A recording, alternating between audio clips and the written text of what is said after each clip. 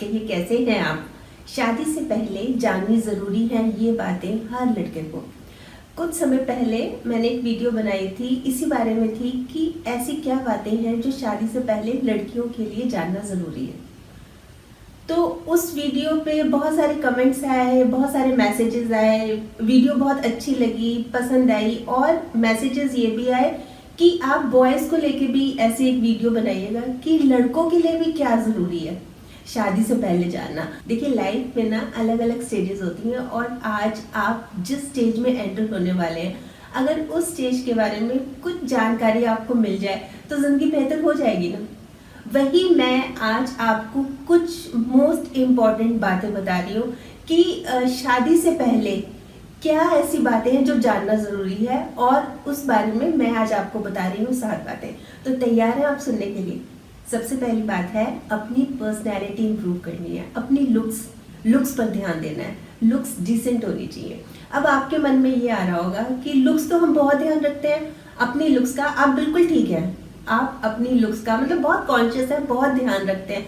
पर अक्सर क्या होता है कि जैसे मान लीजिए जाना है कहीं और लेट उठे आप, या जल्दबाजी में, तो नहाए नहीं, तो फटाफट क्या किया, जैसे बालों पे तो जेल लगा लिया, उसको जचा लिया। मतलब लुक्स आप अच्छी कर रहे हैं, पर किस वे से कर रहे हैं, नहाए नहीं आप। कपड़े हैं, कपड़े धुले नहीं हुए हैं, तो उस पर परफ्यूम लगा रहे हैं खूब सारा। अच्छा, मुंह है कुल्ला नहीं किया हुआ, और उसमें मतलब माउथ फ्रेशनर डाल के कि बस हाँ ठीक है, बस ठीक हो गया, मैं साफ हो गया। तो इस तरह की करते हैं ना। देखिए, जब बैचलर होते हैं, छड़े होते हैं, छड़े बोलते हैं ना, तो ऐसे ही करते हैं, बहुत बार ऐसे करते हैं। अभी इस चीज़ की, साफ सफाई की, पर्सनल हाइजीन की, कपड़े साफ सुथरे हो, इन चीज़ों के बारे में बहुत ज़्यादा केयरलेस रहते हैं, मतलब नहीं ध्यान रखते। हाँ, पर लुक्स बहुत अच्छी रखते हैं।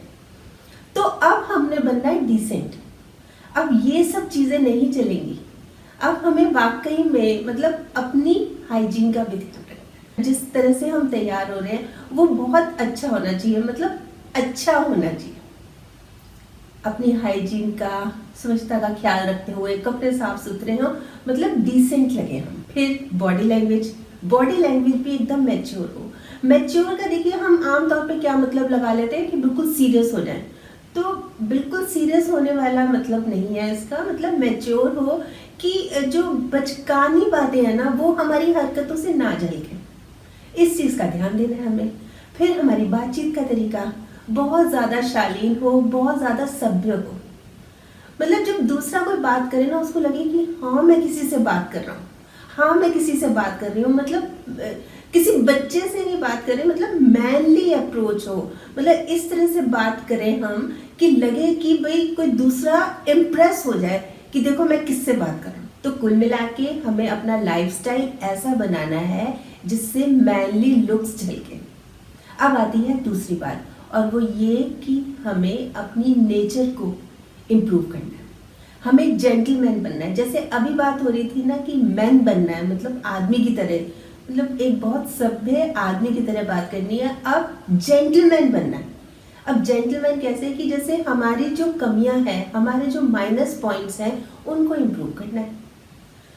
भाई जैसे एक लड़का है, वो बहुत जल्दी गुस्सा हो जाता है, चिल्ला के बात करने लगता है, या बात करते करते अपशब्दों का प्रयोग करता है, या फिर बात बात पे बहस करता है। मतलब बहुत सारे उसमें नेगेटिव पॉइंट्स हैं, तो उनको एक एक करके इम्प्रूव करना है। देखिए, जो रिलेशन होते हैं ना, क्या होता है कि जैसे हम रिश्तों को बना भी सकते हैं, बिगाड़ भी सकते हैं। कुछ बातें ऐसी होती हैं जो रिश्तों को बनाती हैं, कुछ ऐसी बातें होती हैं जो बिगाड़ती हैं। जैसे गुस्सा, लड़ाई, चिल्ला के बोलना, हाथ उठाना, मतलब इस तरह की कुछ ऐसी बातें हैं जो कि रिलेशनशिप को ब्रेक कर देती हैं। वहीं कुछ मेक मतलब बनाती है रिश्तों को। तो कोशिश हमें क्या करनी चाहिए, हमें तोड़ने थोड़ी ना है रिश्ते, हमें तो बनाने की कोशिश करनी चाहिए। कुल मिलाकर हमें बनना है जेंटलमैन। हमें ये पता होना चाहिए कि एक वुमेन को एज ए लेडी कैसे ट्रीट करना है। हमें पोलाइटली बात करनी है, रिस्पेक्टफुली बात करनी है, मतलब समान अनुभूति रखते हुए उसकी बात सुननी है, समझनी है, पेशेंस रखनी है। ये चीज़ हमें करनी पड़ेगी जब हम एक लेडी से बात करें। देखिए, अब हम जो है ना, हम में कन्वर्ट हो रहे हैं। अभी तक तो मैं था, मैं ये, मैं वो, मैं थी ना अंदर, अब मैं से निकलना है बाहर, अब हम हैं, अब मिलके आपने काम करना है। इसलिए बहुत ज़रूरी है रिस्पेक्ट करना। रिस्पेक्ट देंगे तो रिस्पेक्ट मिलेगी भी ज़रूर। अब आती है तीसरी बात, अपने काम खुद करने हैं और घर के जो छोटे मोटे काम है ना वो सीखने भी है। अपने काम कैसे कि जैसे हम अपने काम में ही केयरलेस होते हैं, मतलब नहीं करते। जैसे मान लीजिए शादी होने वाली है और वो शुरू से ही घर में ही रहा है एक लड़का, तो वो क्या कर रहा है, जैसे रूम भी मम्मी साफ कर रही हैं, उसकी अलमारी भी मम्मी साफ कर रही हैं, वो बाथरूम से नहा के आया, बाथरूम एकदम गंदा बना के आया, वो भी मम्मी साफ कर रही हैं, टॉवल ऐसे पड़ा हुआ है बाथरूम में, उसको भी मम्मी ला के धूप में डाल रही है। ये सब मम्मी का ही काम है, वो बिल्कुल मामाज बॉय बना हुआ है। तो ये चीज़ भी नहीं होनी चाहिए। अच्छा, जैसे हॉस्टल में होते हैं बच्चे या पीजी में होते हैं, तब भी बहुत ज़्यादा केयरलेस होते हैं, मतलब नहीं ध्यान रखते। मतलब एक हैंगर में एक खूटी है दीवार पे लगी हुई, उस पर 5-5 6 कपड़े टंगे हुए हैं, और बेडशीट है कितने समय से तो चेंज ही नहीं हुई, सफाई है ज़मीन की हुई नहीं है, गंदा पड़ा हुआ है फर्श, ग्लासेस पड़े हुए हैं, बोतलें बिखरी हुई हैं, मतलब बिल्कुल मैस बना हुआ है। तो बहुत ज़रूरी है कि इन कामों को तो सीखना आना चाहिए, मतलब आना ही चाहिए। अपने रूम को बहुत अच्छे से रखना, मतलब ऑर्गेनाइज्ड रहना बहुत ज़रूरी है। ये अगर आप अभी से करना शुरू कर देंगे ना, देखिए कोई मुश्किल काम नहीं है, अभी से करना शुरू कर देंगे तो आपकी जो लॉन्ग रन है शादी के बाद बहुत फ़ायदा देगा। मतलब बिल्कुल बिखेर के बिल्कुल मैस रखा हुआ है तो आपको तो प्रॉब्लम हो ही रही है, आपके लाइफ पार्टनर को भी होगी प्रॉब्लम। तो बहुत ज़रूरी है कि ये आना चाहिए। इसी के साथ साथ छोटे मोटे काम भी खुद आने चाहिए, जैसे छोटी मोटी कुकिंग हो गई, भाई वो करनी आ रही है, चाय बनानी आ रही है, दूध उबालना आ रहा है, गैस का सिलेंडर है वो आया उसको चेंज करना आना चाहिए। मतलब बहुत छोटे छोटे से काम हैं, जैसे वॉशिंग मशीन है रखी हुई है पर यूज़ करनी नहीं आती, मिक्सी है पर वो चलानी नहीं आती, छोटे मोटे काम है, ये तो आने ही चाहिए, तो ये सीख लेने चाहिए। देखिए कई बार क्या होता है कि जो लाइफ पार्टनर है वो जॉब करती है, मतलब ऐसी ली है हमने, ऐसी चूज की है जो कि जॉब करती है। अब फिर दोनों को ही, वो भी तो अर्न कर रही है ना, तो रिस्पॉन्सिबिलिटी घर की दोनों की होगी ना। जब वो फाइनेंशियली हेल्प कर रही है तो थोड़ा सा आपका भी तो फर्ज है ना कि आप भी उनकी मदद कराएं घर के काम में, इसलिए बहुत ज़्यादा ज़रूरी है। और चलिए मान लीजिए कि वो वर्किंग नहीं है, 1% मान लीजिए वर्किंग नहीं है, घर पे रहती हैं, तो वो कुछ दिनों के लिए अपने घर गई हुई हैं, ये मान लीजिए, तो थोड़ा बहुत काम तो आना ही चाहिए ना। मतलब ऑप्शंस हमेशा कई बार नहीं है, भाई चलो सर्वेंट नहीं है छुट्टी पे गया हुआ है, तो कुछ काम तो देखिए ये आपके लिए बेहतर है, आपकी लाइफ के लिए, लाइफ को बेहतर बनाने के लिए बहुत ज़्यादा ज़रूरी है कि कुछ काम आने ही चाहिए, आने ही चाहिए, और खुशी खुशी करने भी है। ये नहीं है कि कहाँ फंस गए यार, ये क्या मुसीबत होगी, ऐसा कुछ नहीं है। ये आपकी पर्सनैलिटी को ही इम्प्रूव करेंगे, इस तरह की बात है। लोग आपके दोस्त आपसे प्रेरणा लेंगे अगर आप छोटे मोटे काम शुरू कर देंगे खुद करना घर के। फैमिली लाइफ तो देखिए बेहतर होगी, लोग भी खुश होंगे। अब आता है नेक्स्ट पॉइंट, 4th पॉइंट, हमें स्ट्रांग बनना है, हमें कॉन्फिडेंट बनना है। ये तो बनना ही है, फिजिकली हो या मेंटली हो। देखिए जिंदगी की हर तपिश को हमें सहन करना आना चाहिए। जिन पौधों की परवरिश छाया में होती है ना, वो अक्सर मुरझा जाते हैं, अक्सर मुरझा जाते हैं। इसलिए जब भी कोई प्रॉब्लम आए ना, तो हमें ये नहीं है कि घबरा गए या पेरेंट्स के पीछे छुप गए, तो हमें अब उनका सामना बोल्डली करना है, मजबूत होकर करना है। देखिए जब हम फैमिली में रहते हैं तो कोई डिसीजन लेना है मान लीजिए, तो वो पेरेंट्स ले लेते हैं, बस ठीक है उन्होंने ले लिया, और इसमें कोई गलत बात भी नहीं है, ठीक बात है। पर अब क्योंकि हम एक नई स्टेज में जा रहे हैं, तो अगर हमें कभी इंडिपेंडेंटली कोई डिसीजन लेना भी पड़ता है ना, तो हम ले सकें, कैपेबल हों, मतलब हम घबराएं ना। जैसे मान लीजिए कि आप कभी भी दूसरे शहर अकेले नहीं गए, भाई कभी गए हैं तो पेरेंट्स के साथ गए हैं, या कभी गए हैं तो फ्रेंड्स के साथ गए हैं, अकेले नहीं गए, तो उसको अपने आप को एक बार मौका दीजिए कि मैं अकेला जाऊंगा, मैं प्लेन में अकेला ट्रैवल करूंगा, मैं ट्रेन में अकेला ट्रैवल करूंगा। मतलब कॉन्फिडेंट रहना है, मतलब इतना कॉन्फिडेंस हो कि मैं कर सकूं।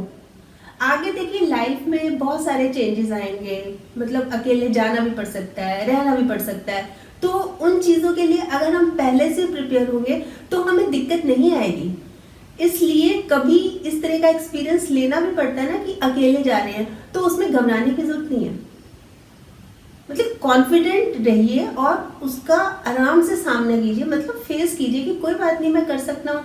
या फिर जैसे मान लीजिए आप जिस लड़की से आपकी शादी की बात हो रही है, आपकी उनके साथ मीटिंग है, मान लीजिए आप उनसे बात करने के लिए बैठे हुए हैं, तभी दो लड़के आते हैं और कुछ रिमार्क्स देके उसको कुछ कमेंट्स पास करने लगते हैं उस लड़की को देख के।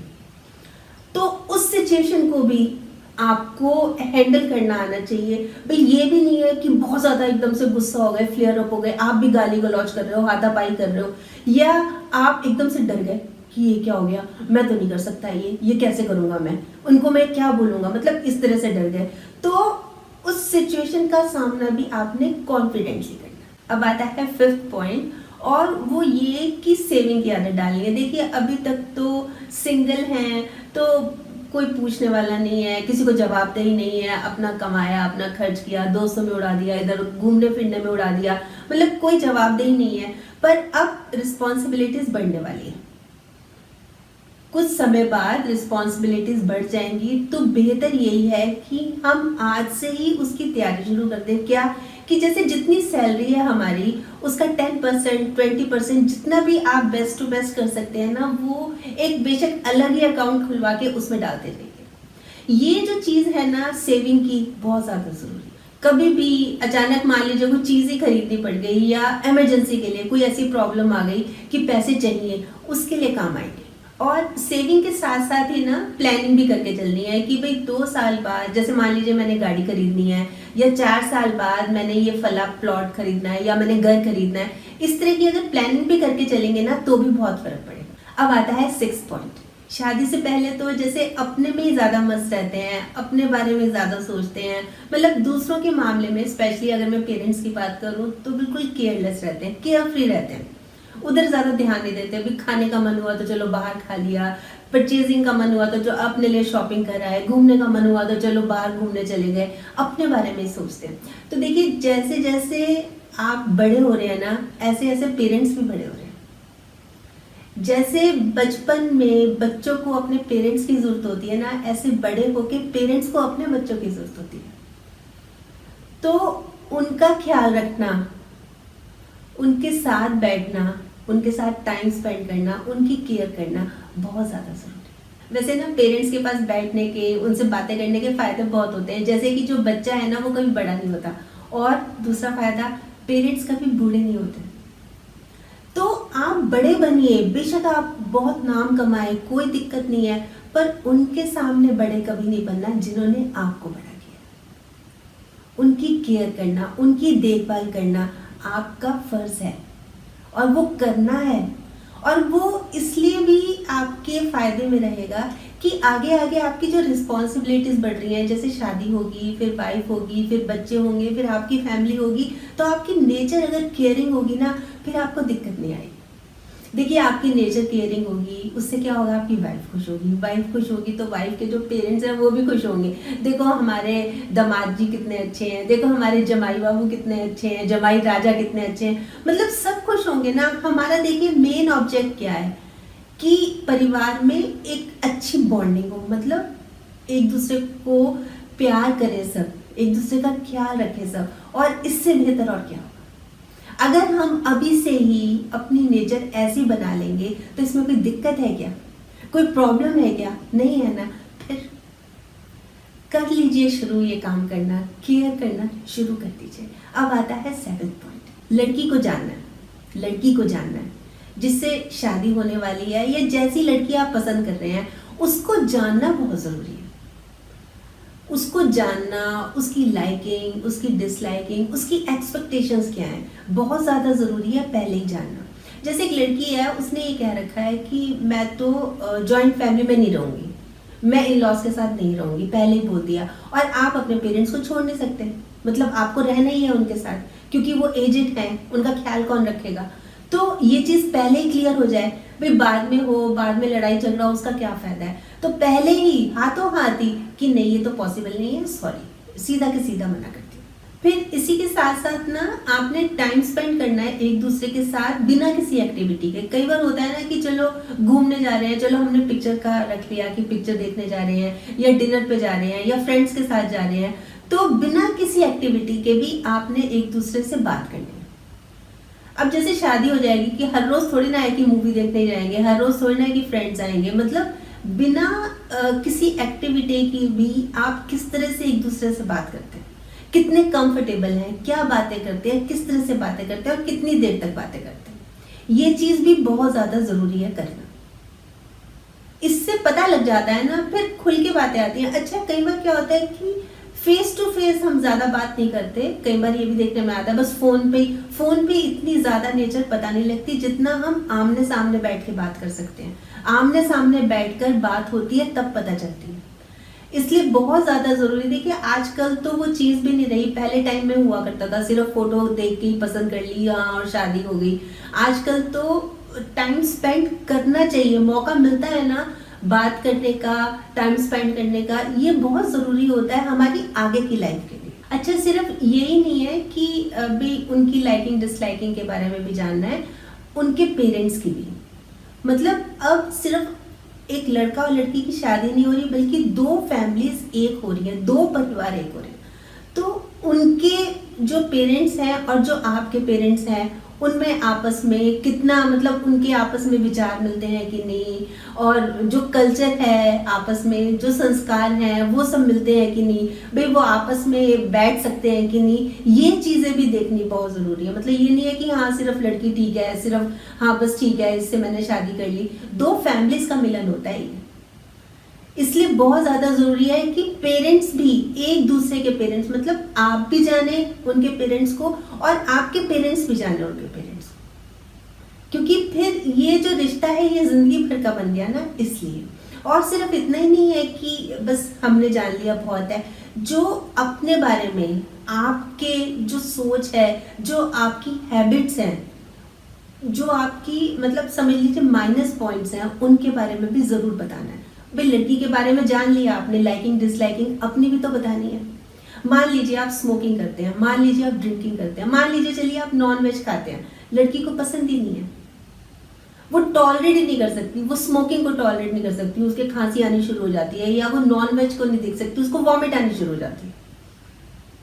तो अगर आप ये कहते हैं कि मैं तो बाद में छोड़ दूंगा, तो ये चीज़ तो पॉसिबल नहीं है, क्योंकि आपकी भी आदत पड़ी हुई है। छोड़ना है तो फिर बाद में क्यों छोड़ना है, शादी से अभी से छोड़ दीजिए।